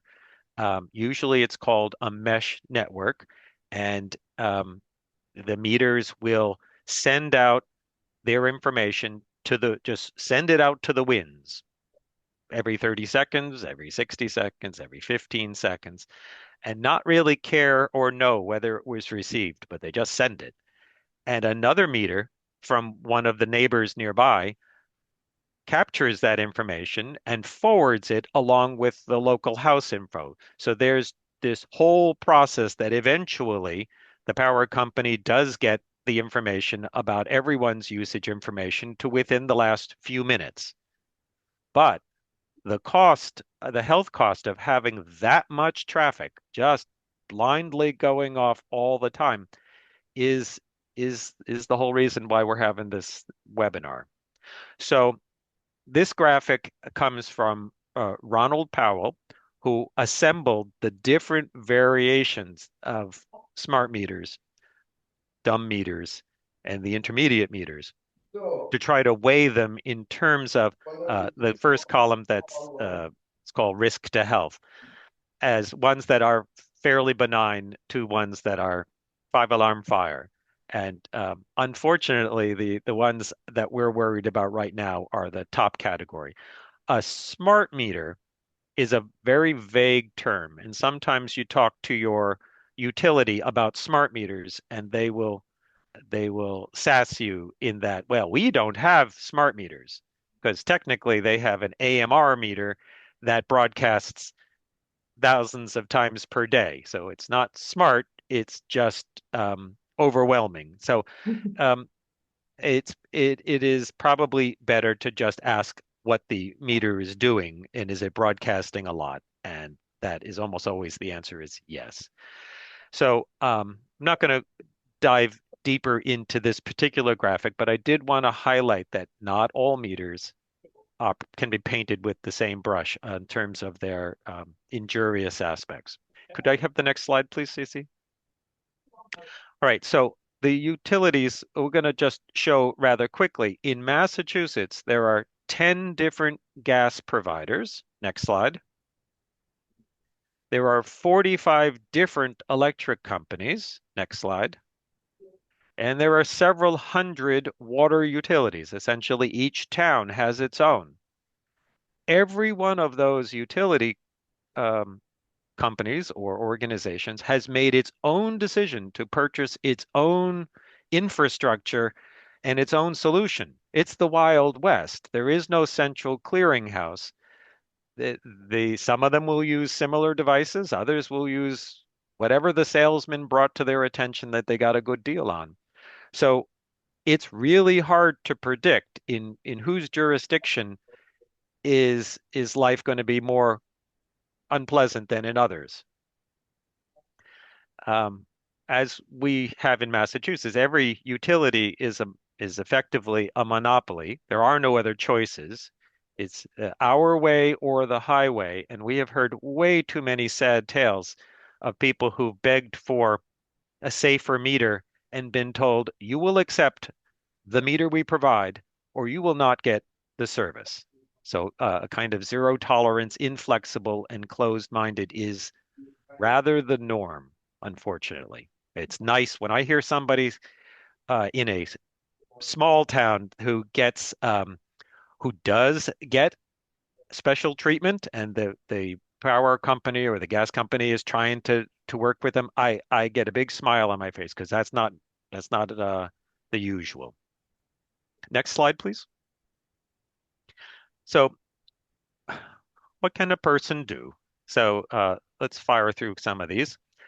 So, the easiest thing is to do nothing, but to keep vigilant and look for signs and symptoms. I'm not saying this is the best policy, but this is the easiest policy that most people inadvertently will be doing. But be attentive to it. Mark on your calendar when such things as your meters have been upgraded. You normally get notified by the utilities before they do that. The handout I just put in and that will be made available in the recording. I'll make sure Cece has it to send out. It's worth the study. If you have several things going on, then that are suggestive, uh, having to adjust your heart medication multiple times is a clear sign that you probably have had something very big change in your environment. So another thing is don't use the bedroom adjacent to any broadcasting meters. The bedroom is where you sleep, and where you sleep is where you heal. And these meters are broadcasting themselves day and night. If somebody actually spent a few hours thinking about it, they would say, you know what?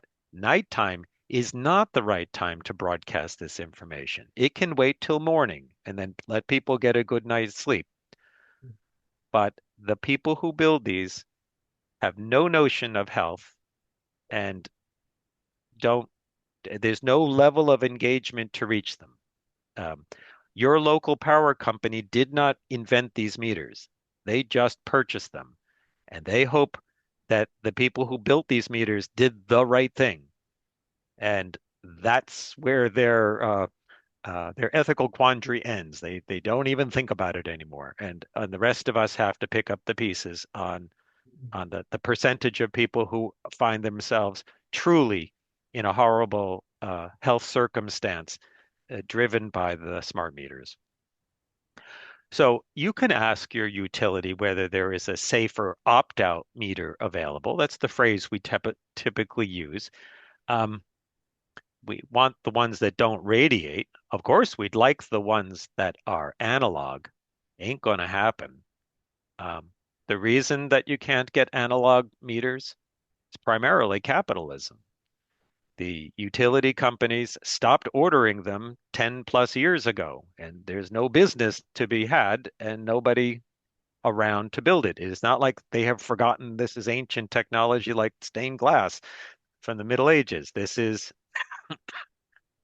something that can be done, but there isn't going to be an order for a million of them. So you can ask, but don't be surprised if they say no. Um, in some states, not in Massachusetts, but in some states, uh, there seems to be a policy that you can put your own meter of your that you've acquired from some random place in in situ and have the utility use that. I can't understand how that would be permitted in Massachusetts. No way. That's basically their cash printing machine. They don't want you having your hands on that at all. That's their money. Um, you can ask the utility whether they can relocate any broadcast antenna. So, for example, in your water meters, which are in your basements in cold New England, there's usually a wire that's connected to a broadcast device. Sometimes it's only 6 or 8 feet long and it's up near the rafter in the basement, so it's right under the first floor to get it so it doesn't have to punch through the concrete as hard. If they just added 6 more feet of cable, put a hole through the house, and mounted it outside, you'd probably be a whole lot better off. So see if you can sweet talk them into doing that. Find out what its incremental cost would be. It really would make a difference. You could ask the utility, can I just upload a photo monthly of my meter? And they will sputter how this is no good, this is terrible, but it's the lowest technology. It actually works. It's the ethical thing to do, yet it won't be permitted because there's more going on than common sense and saving money. There's a there's this notion that if they agree for one person to make a change, everyone might want that change. So no change. That's a fairly typical policy. So, pardon me. So if you do have antennas, so these the smart meters have excuse me, I'm getting over a cold. They do have their antennas embedded in them, so you don't even see it. So you can try to shield between those antennas and your living space, or uh, if you can't shield it, you might redirect it.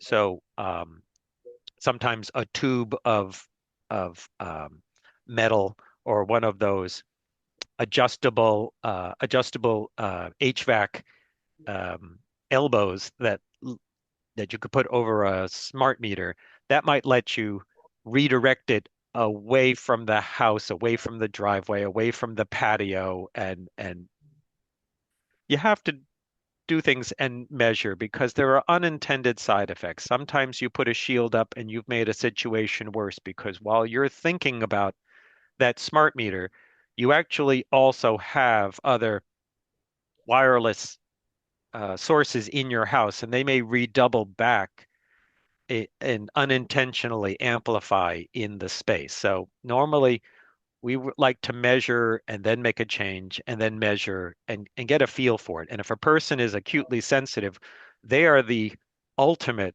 arbiters of whether life is better or worse. So we ask for the feedback to understand if we're improving the situation. Um, so consider weaning yourself from natural gas and just give up on the gas company. Drill a well and don't deal with the water company. These sound like crazy ideas, but in some jurisdictions, that might actually be a better plan uh, for the money that you're going to spend. Because opt-out meters, they ain't free. They should be. It should be a basic right of everyone not to be irradiated in their house, and that any solution that needs to be done safe should just be on the dime of the polluter. But they'll get you for 10, 20, $30 a month if you're lucky enough to have the option. I would say if you have the option, take it.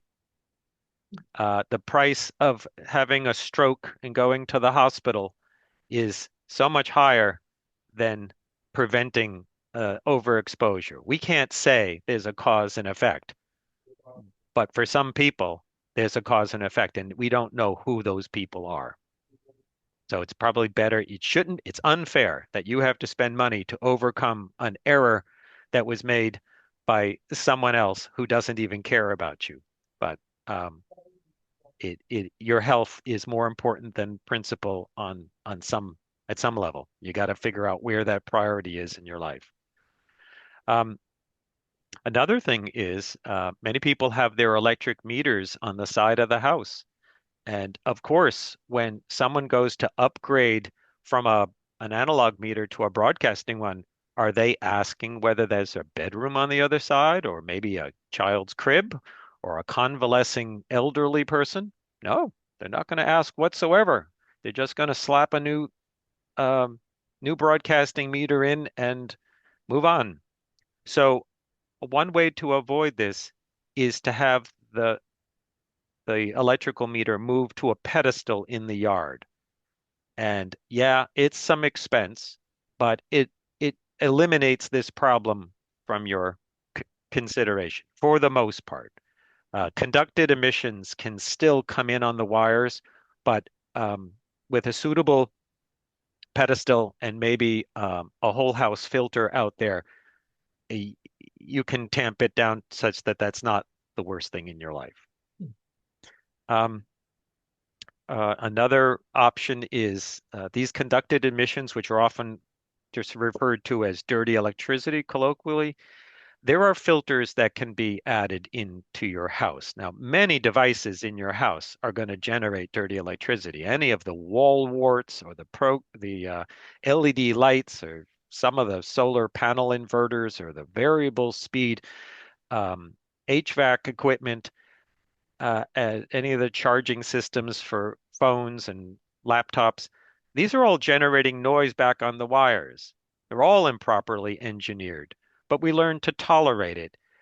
We shouldn't because it does cause ill health to some percentage of the population and probably, in a more chronic sense, for most of the population. But the ones that are most acute, the people we tend to call the canaries, they're the ones who highlight these problems that are they surface them in society, and it is if we don't pay attention to them, it is our misfortune because they are pointing the way forward. Could we? Oh, and I just want to highlight apartment dwellers, shared living people have a terrible time. A lot of these meters are arranged in banks. They'll all get upgraded, and they'll be facing some poor victim, and you don't want to be that poor victim. You need to get out of there. There's almost no chance that if there's a bank of 20 meters aimed at your house or right under your apartment, that that that that any kind of shielding is effectively going to do anything more than just lengthen the amount of time. Please start looking for another place to live.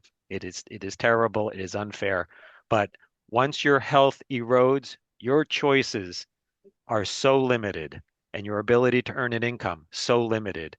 Don't go there.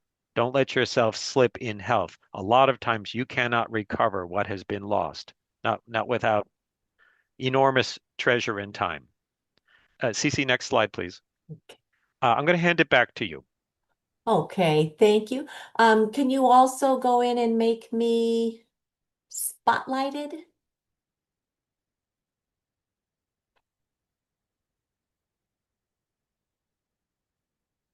Okay, thank you so much.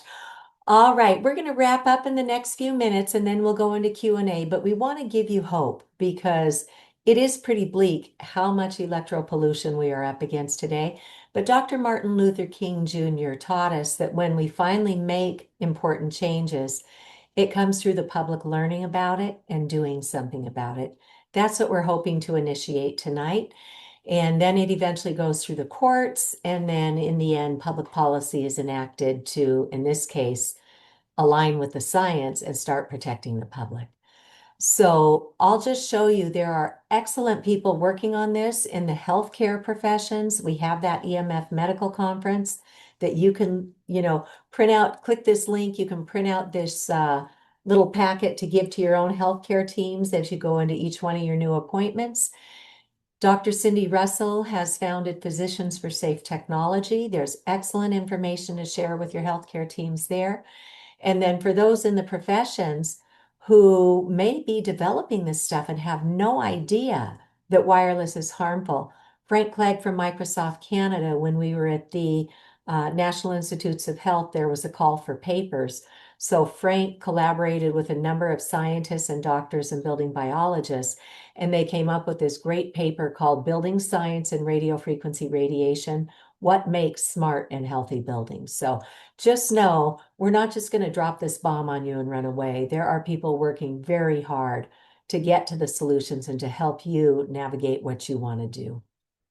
And um, in earlier programs that I've done and ones I'll do in the future, we talk a lot about the schools, but please know there are resources to help our schools, toolkits, lectures we can provide. So we have a lot to share. Ken, do you want to talk to us about this particular Yeah, slide? I'll do a quick on this one. Okay. Um, the people who are in charge of the board of governors for the various utilities, so whether the water utility or the electric utility, they have something called a duty of care, which is a legal obligation that's imposed on people. And this is basically not to be negligent when and not to have their product or their company cause public harm. Mhm. And when you have notified somebody that you're feeling ill from these devices, you should highlight that this is a breach of the duty of care when you build yourself a paper trail because they have personal liability for ignoring known health issues. So if you can bring it to their attention, this is not like a lawsuit, but sometimes you'll be in communication with a certified letter. Just bring up the duty of care. Do a little research on your own to see what it's all about. But all public and profit and nonprofit boards of governance, this is a typical constraint that they have for operating. So it's Okay, it's good. worth noting when people feel powerless. Excellent. Thank you. So, to look at the legal solutions, we should know that the FCC, the Federal Communications Commission, was sued by the Environmental Health Trust, Children's Health Defense, and others. And the courts found them to be guilty of ignoring 11,000 pages of scientific evidence that was entered into the public record. It's now been 4 years, though, and the court did not give them a deadline to account for people who get sick from this and what it's doing to our environment. So, there's no cavalry coming quickly. We are hopeful that we will see some changes, but we're not seeing it fast enough, which is why we need to learn for ourselves and then start protecting ourselves. We have other critical cases here in Massachusetts going on, and these are happening all over the country. But here's some information that you can dive into if you'd like to. We're about to have the first Massachusetts Supreme Court judicial court case. We hope it might even be as early as next month to restore the rights of our local boards of health to take action when something is being a nuisance and harming people and the environment in their town. So we're hoping the judges will look at the record and that they will decide that yes, nobody trumps the Board of Health, not even the FCC. So that's going on. And there are others happening all over. So feel free to poke into that when you get our slides. And Ken, tell us about this one too. So just quickly, so nearly 60 years ago, uh, Congress made it very clear that public health and safety must be protected from the dangers of electronic product radiation. Nearly 60 years ago, which means for decades before that, it was known and it finally worked its way up to legal constraint. But um, the the powers that be have found ways to whittle this down and make it so that we don't get the protections that we were promised and were necessary. They were necessary 60 years ago, and they're trebly, so many more times more necessary these days. So this is just to show this is nothing new. It's just Right. it's come to a head. Well, and thank goodness. And so Congress put the Secretary of Health and Human Services in charge of this. And on this next slide, we see that the president's executive order, and then followed by the Make America's Children and Make America Healthy Again Commission strategy documents for the first time at the federal level are including wireless radiation as one of the risks that we need to investigate and mitigate. So there is hope, but again, they are up against a lot of areas in those commission reports there that they need to address. So we don't know when the wireless radiation issue is going to get front and center, but we already saw this week that the New York Times, which is very much run by industry, they've already started trying to poke holes at this. to distract the public from going in and doing the actual research on, well, what do we mean we need to address wireless? So be prepared. We're going to see the media blitz going on like we've seen with other things, but it gives us hope. And we helped Representative Patrick Abrami in New Hampshire write the first bill to address this issue. Lloyd's of London, Swiss Re, AM Best, none of them cover damages for wireless radiation. They consider it a world-leading risk. The legal fine print that we looked at the beginning of our program, why is that even there? And why is the FCC ignoring thousands of peer-reviewed studies? And why do they just keep talking about this heating effect when the science is showing you don't have to have heat? It's these spiked pulse emissions of microwave radiation that are biologically doing the damage. And why does our country allow 100 times more radiation than certain other countries? And then this cumulative effect of all these devices going at once. Why is nobody protecting us from that? So in 7 months' time, we got this bill in front of the House, in front of the Senate, and under Governor Sununu's pen and signed into law that they had to spend a year and investigate this. And they did, even during the pandemic. They stuck to their deadline. And they issued this groundbreaking report late in 2019 that has 15 recommendations. They call out the conflicts of interest with our government agencies, and they make 15 recommendations to inform the public, protect our children, protect our environment, get our federal agencies restored on all of this. So we have an incredible document in this New Hampshire report. And unfortunately, every time we try to get those enacted, those recommendations, industry comes in with their deep pockets and just torpedoes everything. So, but it does have the facts and the truth in it. It's a very powerful document. Ken, you want to tell us what this one is? Yes, this is a really good quote, and it frames the discussion about the the the entirety of what we've talked about here. So, Kurt Devlin was a Boston College social scientist, and he wrote a paper, and this is an extract from it. This is a declaration of the fundamental human right of all people, simply by virtue of being human, to be free from subjection to all forms of experimentation, unless they voluntarily consent to participate after being fully informed of all risks by qualified experts in all relevant fields. Further, it asserts that everyone retains the right to opt out of any experiment. And in the context of what we're talking about today, Mhm. the the these smart meters, these mesh networks, whiz bang surveillance devices that have some business advantage but have a lot of health demerits, that these are part of an experiment. They haven't been tested. They haven't been confirmed. They're not actively being tested. We're all part of an experiment because doing a proper experiment would be too unethical to expose people to these, to actually do a scientific experiment. So instead, they just skip ahead, deploy it, and here we are. So And so here anyway, we this are. frames a discussion in a way that takes it up a notch. It's a basic human right not to have this. Excellent. Thank you, Ken. So there are some good policy solutions out there.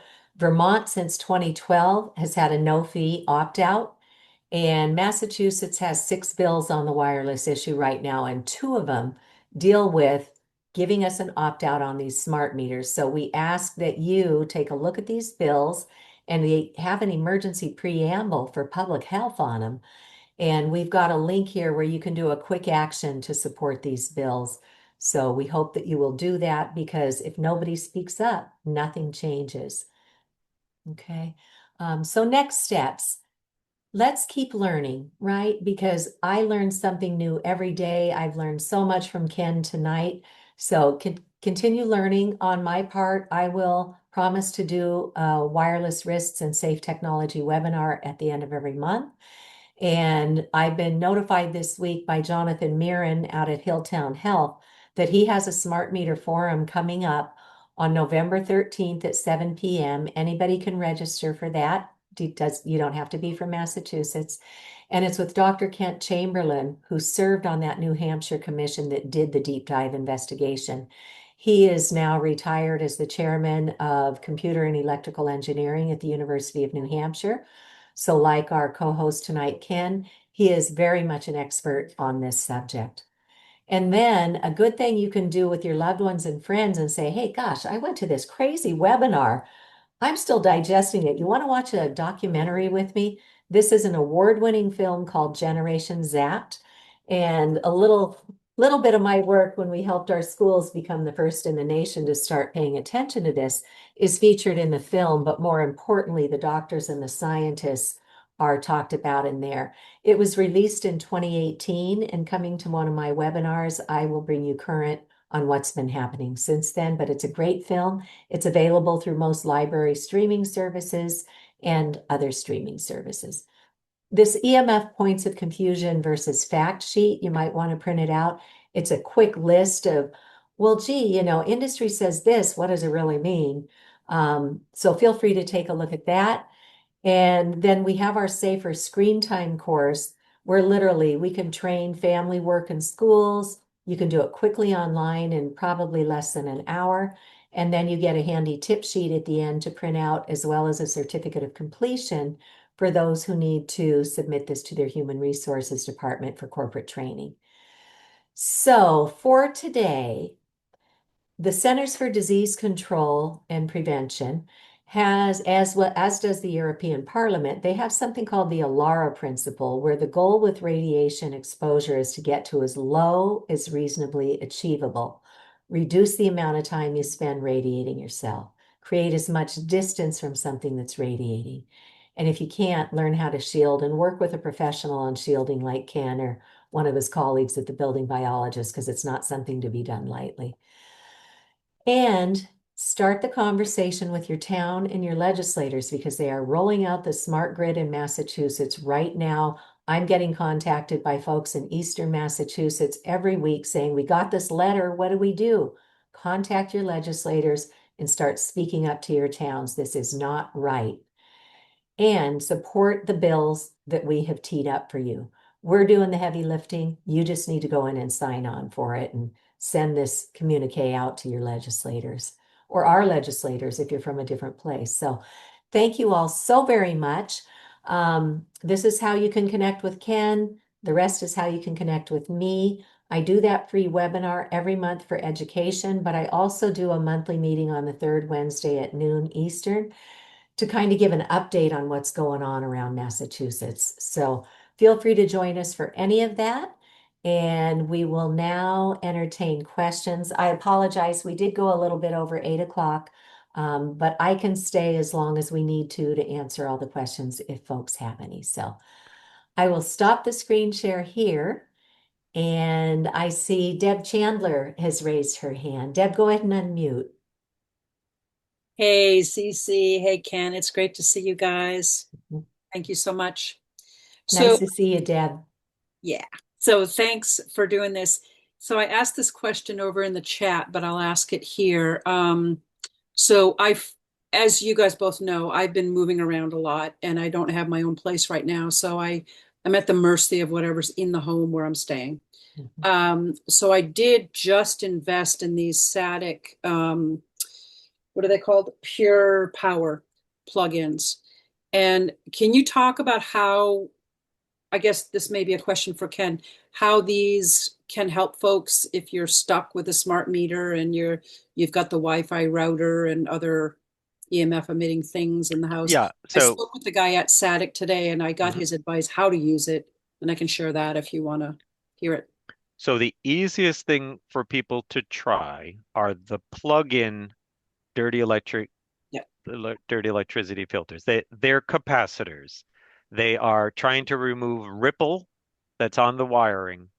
They are not without demerits. They fundamentally convert one kind of ripple into a different kind of ripple, and so it's not uniformly um, wonderful, but many people find that does tamp things down. There are three major ones, one from Stetzer, one from Greenwave, and one from Satic.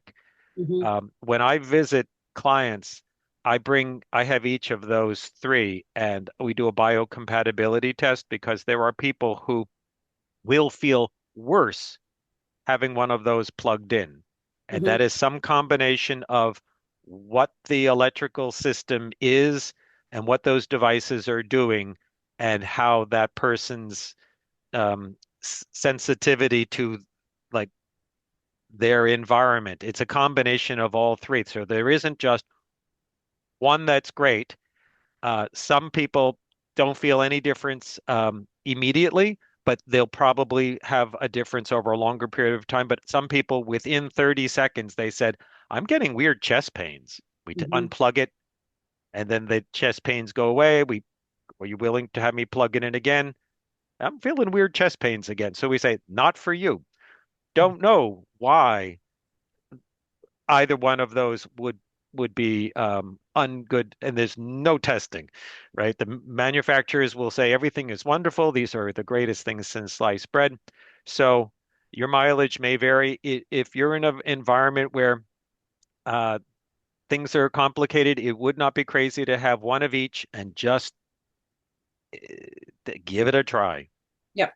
Don't Okay. have it within 2 feet of, don't have it underneath your desk or right near your bed. They have a couple of feet of emanating unpleasant magnetic fields. So if they're in the wiring, the closer they can be to the things that cause trouble, something like an electric meter is not something you can get easy access to.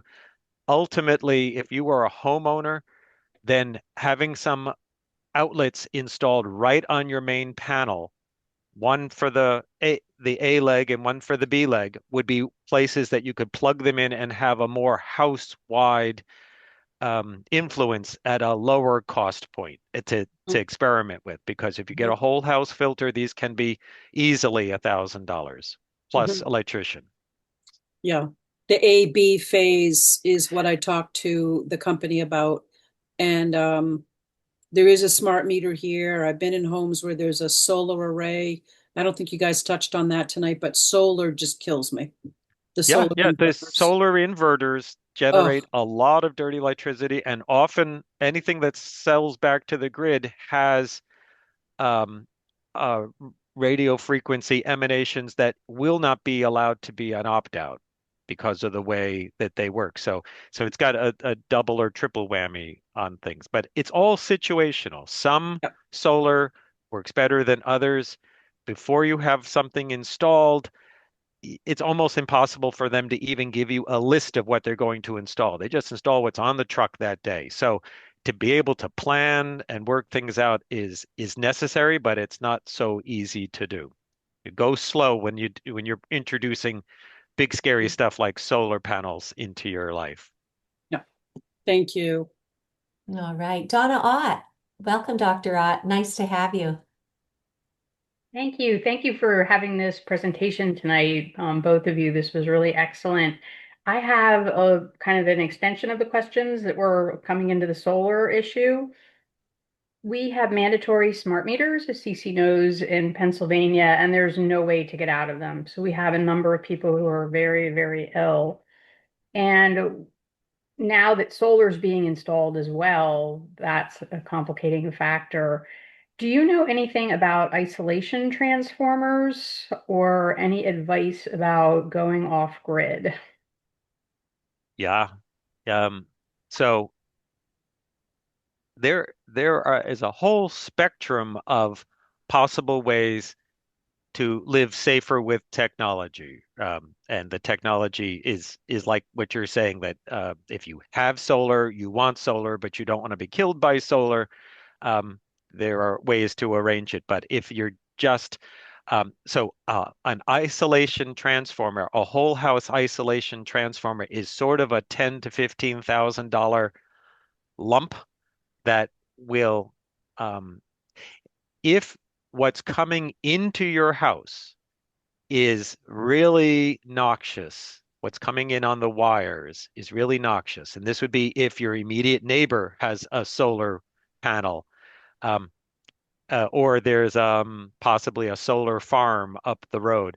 So um, on in a normal electrical situation, when you have the pole mounted transformer, the can that's on the pole, usually that steps down the electricity from the sort of the 10,000 volts down to the 240 volts that's in people's houses. Normally at that place, they are four, five, six houses. The nearest houses all share the same transformer can. You can follow the wires. All of those people who are sharing the transformer, the um, electromagnetic effluence that they might be emanating might come into your house. So even if you are clean, you may find coming from the outside, you're getting your neighbor's dirty electricity. If it's so high that a regular whole house filter can't handle it, and that itself is complicated because these filters each do something different. And so what we normally do is measure what it is that's coming in.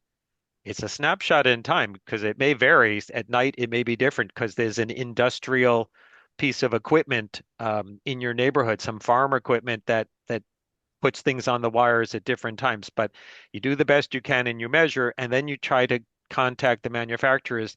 Does this whole house DE filter work for these? And try to push back on them to say, yeah, that's right, because it's an expensive thing to buy and try. If it may or may not work, you can get very disappointed very fast because these are expensive solutions. But Mhm. sometimes it can be uh, being very selective of where you spend your time, to not have the electricity on in certain rooms, to have the wiring converted to the metal shielded so that the DE, which is riding on the voltage, is not emanating out from the wires. The plastic wires in the wall just are emanating all the time. They're broadcasting these unpleasant frequencies. So either we try to reduce it by getting rid of things that are causing it if it's within our control. We try to filter it, we try to block it, we try to turn things off, especially in the bedroom. If we're thinking about we each have a bucket as the toxins of life are filling that bucket, if we can avoid overflowing that bucket by letting ourselves get some real cleanup at night, you might be able to get longer mileage on your solution instead of being forced in. But isolation transformers are a solution, but it's not quite a Hail Mary, but it's an awfully expensive one to try. I have no direct experience with it. It's that expensive. Okay. Okay, thank you. I liked your idea about considering, relative to that cost, to just shield the wiring. I mean, that's also a big expense, but nowhere near the expense of an isolation transformer. Yeah, so a hint on that. Obviously, if you're doing home renovations, excellent time to Yeah. change things up. Uh, when you get a quote from your electrician, if the electrician says this will cost you two or three times more than regular wiring, get another electrician. Get an electrician who does commercial work because it's very common to work with the shielded wiring in commercial, but residential electricians don't want to deal with it. It makes their hands very greasy, and they'll just give you a price to make you not want to do it. They don't want to do it, and they don't want to tell you no. So there are people who will do it, and it's not as big a premium. I can't tell with tariffs how life has changed, but it used to be like a 30% premium would be reasonable. 50% premium, but not two or three times. So that's another thing to consider. And also, you don't have to do your whole house. Just do the places that are the most important. But many people who are ill don't know what it is they're ill from. They live in an environment with many, many, many things. It could be magnetic fields running on the water pipes in the house. So generally, we like to go and measure everything and just come out with rounding up the usual suspects. We may well come out that it's the cell tower you can see out your window, or it's the solar panels or so on, but it isn't always there. And it's better to do the low hanging fruit, the stuff you can do easily, quickly, and see if you get some quick wins instead of finding yourself out many thousands of dollars. And then it turns out, yeah, that's a little better, but it would have been easier for me to just throw away the printer that was on all the time that we never really thought about. Oh, goodness. Yes. Well, that's a great reason to engage with a building biologist because they're trained to get in there and do the scavenger hunt. So if you go to the Building Biology Institute, you will find that you may luck out and have an expert that you can bring in for maybe just several $100s to do that initial assessment for you. Because it's like playing whack-a-mole, and there are so many variables that if you can get a good partner like Ken here, um, I brought one in very early on my trail too, and we found some things that I wasn't even aware of. So, all right, Sydney, how are you? Nice to see you. Good. I'm doing well. Thank you. Thank you, Cece. Thank you, Ken. This is great. I just wanted to mention a situation in our house. I live in Northern California, and everyone in our neighborhood has solar. And our house, about 2.5 years ago, developed a very strange hum that I hear all the time. And both my ears hear it because it's always humming. My husband hears it too. But it doesn't bother him. My left ear really hates it. So I have to keep this plug in my ear all the time, so my left ear won't get really upset. As soon as I leave the house, I can take it out because I don't hear it anywhere else. I hear it in our house. And we've had a building biologist come, and he couldn't find the source of it. And we have green wave filters in different places, but doesn't seem to do anything. But the weirdest thing is that we turn all the electricity off and we still hear it. Yeah.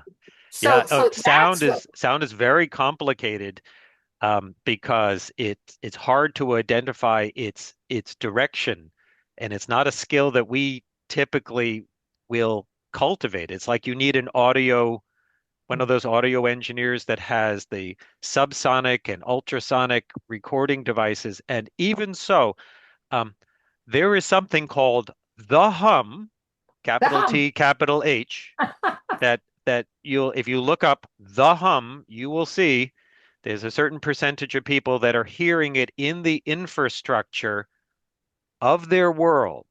Is it the electrical wiring? Is it drilling underneath the ground? There's the vibration sources are so plentiful. Like if you get out of your neighborhood a mile, it may go away. Yeah, right. It Uh, goes away. Yeah, so you end up with a map and trying to figure out where you hear it and where you don't hear it and hope to get it.